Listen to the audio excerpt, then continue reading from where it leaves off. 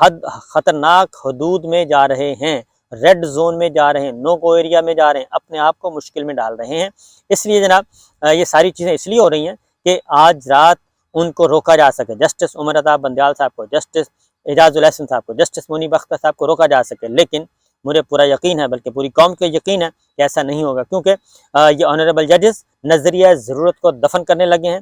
Justice Munir کی روح کو، جسٹس منیر کی بوسیدہ روح کو، بد روح کو سپریم کورٹ کی تاریخ سے نکالنے کے لیے کوشاں ہیں، اور آج جسٹس منیر کی بدبودار روح آج رات سپریم کورٹ آف پاکستان سے نکلے گی، اور اس کی جگہ پہ نئی روز روشن ہوگا، نیا دن، نیا سورج طلوع ہوگا، اور کل جو ہے وہ فیصلہ آئے گا۔ اس کی ریزن یہ ہے کہ ان سب نے حلہ بولنے کی کوشش کی تھی، اور جسٹس قاضی فائز صاحب کے خط کے بعد کیا ہوا؟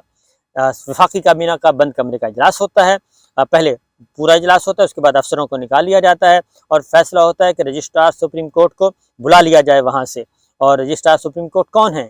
ڈی ایم ڈی آفیسر ہیں، اور گریڈ 22 کے آفیسر ہیں، ان کو وہاں سے بلا لیا جائے۔ تو یہ اپنے پاؤں پہ کون کلہاڑا مار رہا ہے؟ یہ تو ایگزیکٹو خود مار رہی ہے اپنے آپ پہ، یہ تو افسر ہی ان کا ہے، یہ تو ایک برج کا رول ادا کر رہا ہے، اور اس افسر کو بلا کے سپریم کورٹ کو کیا نقصان ہوگا؟ چیف جسٹس عمر عطا بندیال صاحب کو کیا نقصان ہوگا؟ جسٹس اعجاز الاحسن صاحب کو کیا نقصان ہوگا؟ جسٹس منیب صاحب کو کیا نقصان ہوگا؟ باقی آنریبل ججز کو کیا نقصان ہوگا؟ بلکہ اچھا ہے سپریم کورٹ آف پاکستان سے یہ ایک افسر جو ہے وہ رجسٹرار لگ جائیں گے۔ پہلے بھی اس طرح ہوتا رہا، پہلے رجسٹرار جو ہے وہ سپریم کورٹ کے اپنے ہی ہوتے تھے، یہ بعد میں پریکٹس ختم ہوئی۔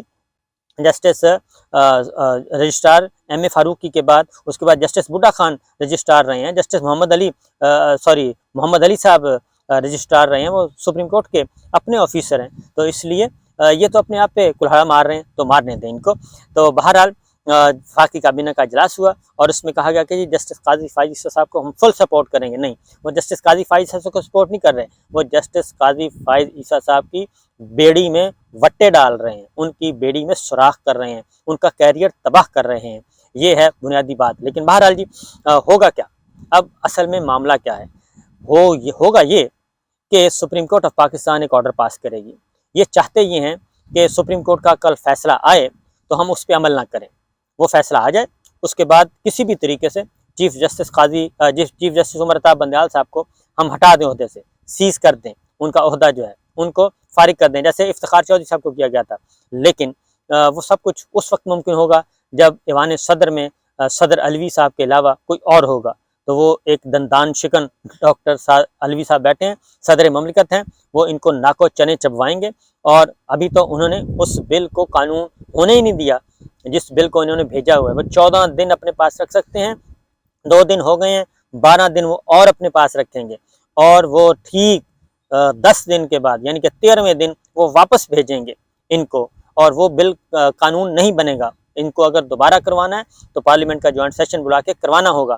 اصل معاملہ کیا ہے؟ اصل معاملہ یہ ہے کہ اتحادی جو ہیں ان کا راستہ چھوڑ چکے ہیں، اتحادیوں نے انکار کر دیا کہ ہم سپریم کورٹ کے ساتھ کسی بھی جنگ میں آپ کے حصے دار نہیں ہیں۔ متحدہ قومی موومنٹ اس نے بتا دیا ہے، بلوچستان عوامی پارٹی بھی ایسا ہی کرے گی، باقی جماعتیں بھی ایسا ہی کریں گی، کیونکہ وہ ان کی وجہ سے، کیونکہ یہ جنگ ہے نواز شریف شہباز شریف صاحب کے اقتدار کی جنگ ہے، وزارت عظمیٰ کی جنگ ہے۔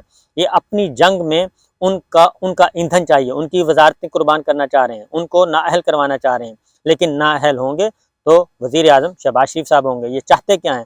یہ چاہتے کیا ہیں؟ کسی بھی طریقے سے یہ فیصلے کو راتوں رات فیصلہ کرنے سے روکیں، ان کو ڈرائیں۔ بلاول بھٹو صاحب کہہ رہے ہیں کہ اگر 3 رکنی بینچ نے فیصلہ دیا، لارجر بینچ نہ بنا، فل بینچ نہ بنا، تو ایمرجنسی لگ سکتی ہے، مارشل لا لگ سکتا ہے۔ تو بھائی نہ ہی مارشل لا لگے گا، نہ ہی ایمرجنسی لگے گی، بلکہ الیکشن ہوں گے، عام انتخابات ہوں گے، اور پرامن طریقے سے ہوں گے، اور سب کچھ پیسفلی ہوگا۔ اس کی ریزن یہ ہے کہ اس کے علاوہ کوئی اور راستہ نہیں ہے، اور سپریم کورٹ آف پاکستان ڈٹی ہوئی ہے۔ اور میں ایک اور خبر بھی دے دوں کہ ان کا یہ وہم ہے کہ آنریبل ججز جو ہیں وہ ان کے بہکاوے میں آ جائیں گے۔ یہ ایفرٹ کر سکتے ہیں، کر لیں، لیکن کوئی بھی ججز کی میجورٹی جو ہے وہ ان کے بہکاوے میں نہیں آئے گی، اور یہ افتخار چودھری صاحب کے زمان کے ساتھ ایسا کیا گیا تھا، اور اس کے بعد جو ہوا پرویز مشرف صاحب کے ساتھ وہ ساری دنیا نے دیکھا، اور اب میرا خیال ہے کہ پرویز مشرف صاحب کے ساتھ تو نہیں، اب پرائم منسٹر کے ساتھ شہباز شریف صاحب کے ساتھ ہوگا، اور ان کی کابینہ کے ساتھ کچھ ہونے والا ہے، اور یہ ضرور ہو کر رہے گا۔ اس کی ریزن ہے کہ وکلا کا پہلا دن تھا آج بغیر کسی کال کے آج ہزاروں وکلا جو ہیں وہ شاہراہ دستور پہ تھے، اور اس کے بعد کنونشن ہوتا ہے، اور پھر چودھری اعتزاز احسن صاحب اور دیگر رہنماؤں نے خطاب کیا ہے، اور وہ بھی انہوں نے بھی بتا دیا ہے کہ جناب دمادم مست کلندر ہوگا۔ یہ ایک دفعہ سپریم کورٹ آف پاکستان کی عزت و ناموس کی طرف بڑھ کر تو دیکھیں، یہ chief justice of Pakistan Umar Ata Bandial صاحب کی طرف قدم تو بڑھائیں، یہ جسٹس اعجاز صاحب کی طرف قدم تو بڑھائیں، یہ جسٹس منیب صاحب کی طرف قدم تو بڑھائیں، یہ ذرا آنریبل ججز کی طرف قدم بڑھائیں، اس کے بعد دیکھنا کہ ہوتا کیا ہے ان کے ساتھ۔ اس لیے یہ آج پورے ملک بھر میں آج وکلا نے احتجاج کیا۔ یہ صرف شاہراہ دستور پہ نہیں تھا، بلکہ ہر شہر میں وکلا نکلے ہیں، اور ہر شہر میں احتجاج ریکارڈ کروایا گیا، اور سولیڈیرٹی کی گئی ہے with chief justice Umar Ata Bandial صاحب کے سپریم کورٹ کے ساتھ۔ اور اس وقت پچھلے 5 دن سے جو ٹاپ ٹرینڈ ہے وہ سپریم کورٹ آف پاکستان ہے، وہ chief justice of Pakistan Umar Ata Bandial صاحب ہیں، وہ آئین کی سپریمیسی ہے، وہ جمہوریت ہے، الیکشن ہے، یہ ٹاپ ٹرینڈ چل رہے ہیں پاکستان بھر میں، دنیا بھر کی نظریں لگی ہوئی ہیں۔ لہٰذا جو خبر ہے اندر کی خبر یہ ہے کہ قومی اسمبلی ان کو توڑنی پڑے گی، سندھ اسمبلی توڑنی پڑے گی، بلوچستان اسمبلی توڑنی پڑے گی، اور ان کو عام انتخابات کی طرف جانا پڑے گا۔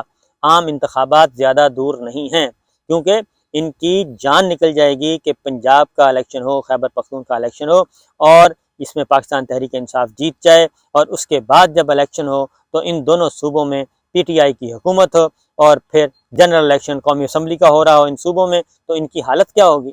ان کی حالت اس سے بھی بدتر ہوگی۔ اس لیے یہ ایسا کوئی رسک مول نہیں لیں گے، ایسا کوئی خطرہ نہیں لیں گے، بلکہ واضح طور پہ یہ عام انتخابات کی طرف جائیں گے، اور ان کو قومی اسمبلی توڑنی پڑے گی، اور ان کو بہت اچھی طرح پتہ ہے۔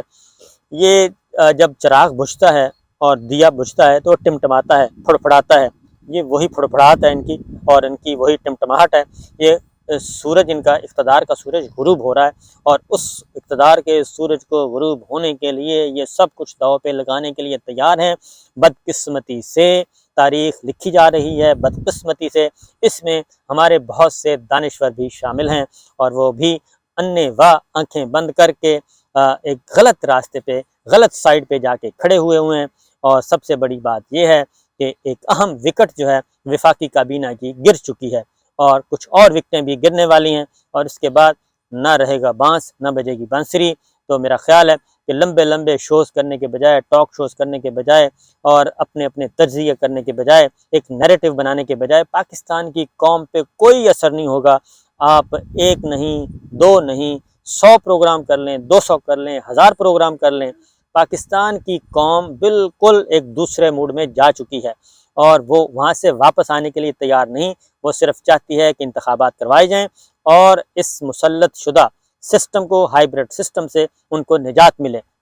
لہٰذا دعا کرتے رہیے۔ رمضان المبارک ہے، افطاری کے وقت بھی دعا کریں، سحری کے وقت بھی دعا کریں، حالت روزہ کے وقت بھی دعا کریں، اور صرف ایک دعا کریں کہ اللہ تعالیٰ پاکستان کی مشکلیں آسان کرے، پاکستانیوں کو کوئی سکھ کا سانس آئے۔